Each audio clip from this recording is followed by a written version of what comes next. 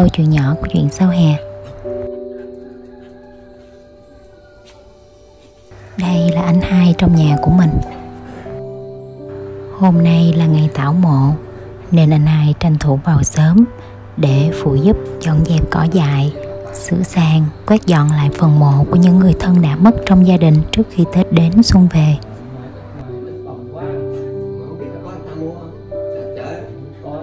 Tảo mộ là một trong những nét văn hóa rất đặc trưng của người Việt Nam. Tục lệ này thể hiện lòng hiếu thảo, thể hiện sự kính trọng của con cháu đối với tổ tiên, các đấng sinh thành và những người đã khuất.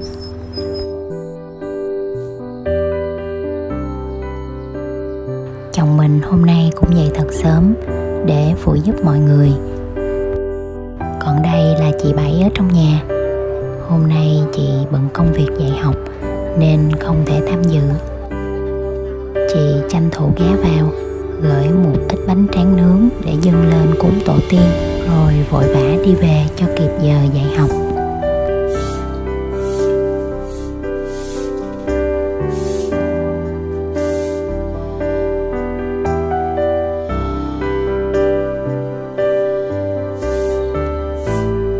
Tục tảo mộ không chỉ thể hiện lòng thành kính đối với các bậc bề trên, mà đây còn là dịp để gia đình quây quần, ôn lại kỷ niệm, đồng thời nhắc nhở nhau phải ghi nhớ công ơn của tổ tiên, ông bà, từ đó mà phấn đấu trong học hành, công việc để mang đến những điều tốt đẹp nhất cho bản thân cũng như gia đình.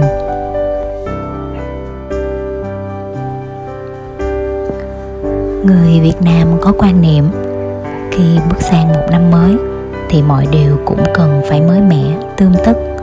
Vì thế, ngay cả phần mộ của người thân cũng vậy. Việc tảo mộ sẽ thường được tiến hành vào khoảng thời gian từ ngày 20 đến chiều 30 Tết để phần mộ được dọn dẹp sạch sẽ, khang trang trước khi năm mới tới. Có nhiều dòng tộc lớn còn quy định rất rõ ràng về ngày tảo mộ để con cháu trong dòng tộc cùng thực hiện một cách trang nghiêm nhất. Đối với gia đình mình thì ngày tảo mộ sẽ được tiến hành vào ngày 20 Tết. Về quê tảo mộ mỗi dịp xuân về đã trở thành một truyền thống tốt đẹp của dân tộc ta. Đó cũng là thể hiện của tình cảm hướng về với nguồn cội.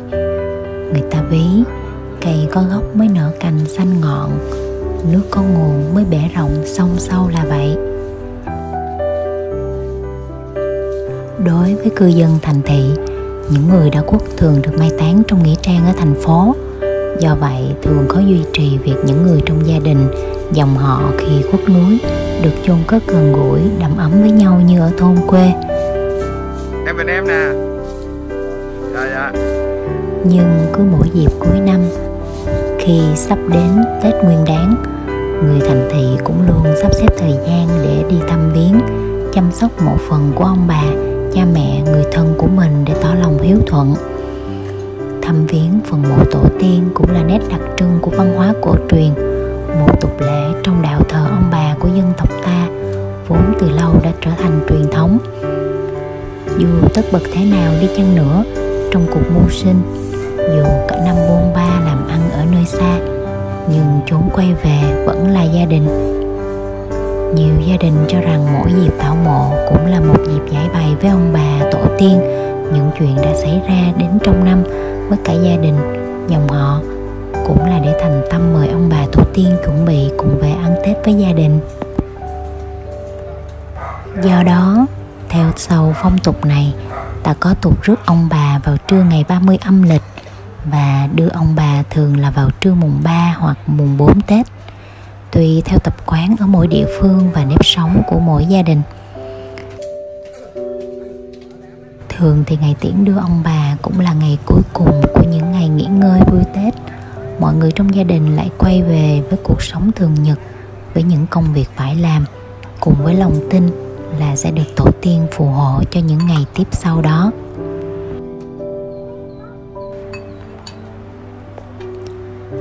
Bây giờ, xin mời mọi người cùng tiếp tục theo dõi câu chuyện hôm nay của mình nha.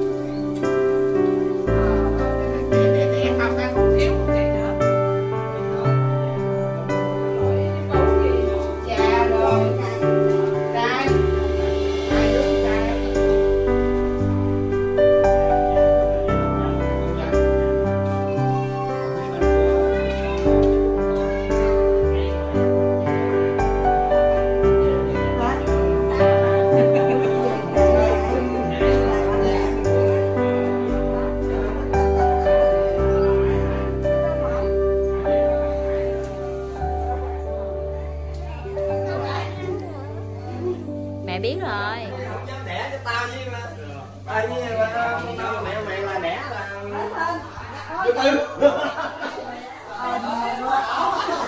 không đâu quá nhưng mà tôi giặt cái người này tôi nhớ đâu nhìn cái mặt này là biết chồng rồi chứ còn mấy đứa con rồi đấy hả.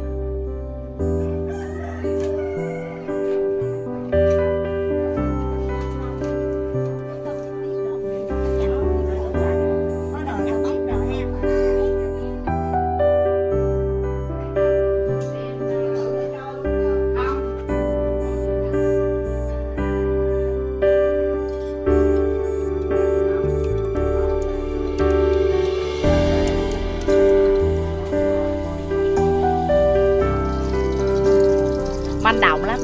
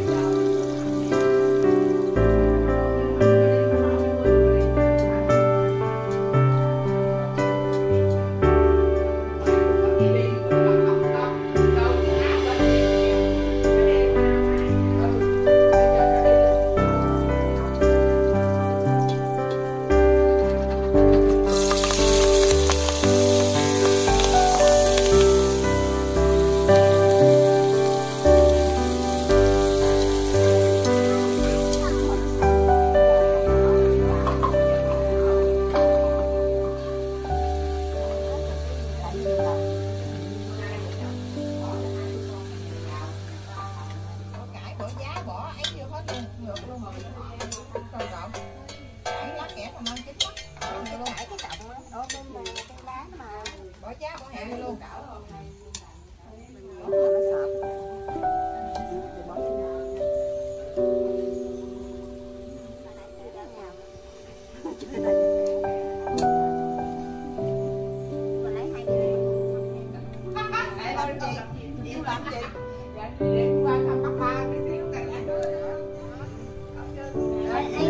Qua rồi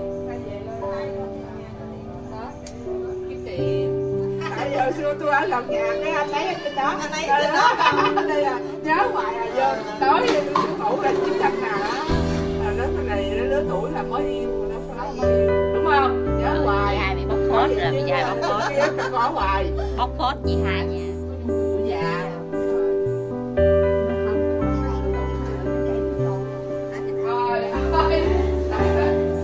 phải nhìn hoài quê đấy.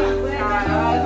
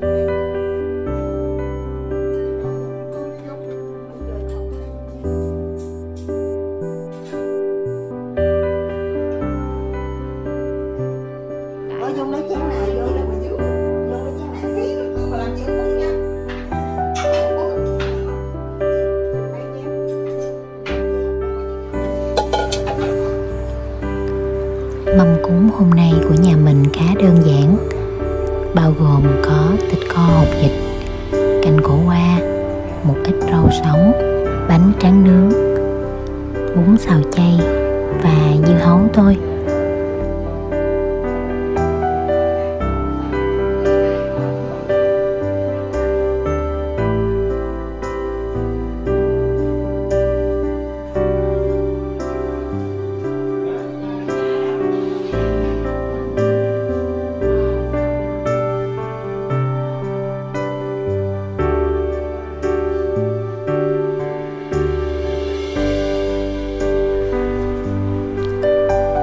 Mâm cơm cúng cũng đã được dâng lên.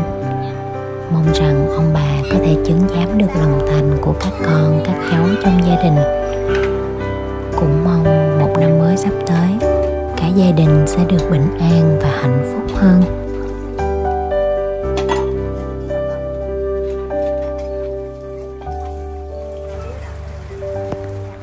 Chuyện Sao Hè xin cảm ơn mọi người đã đồng hành đến đây.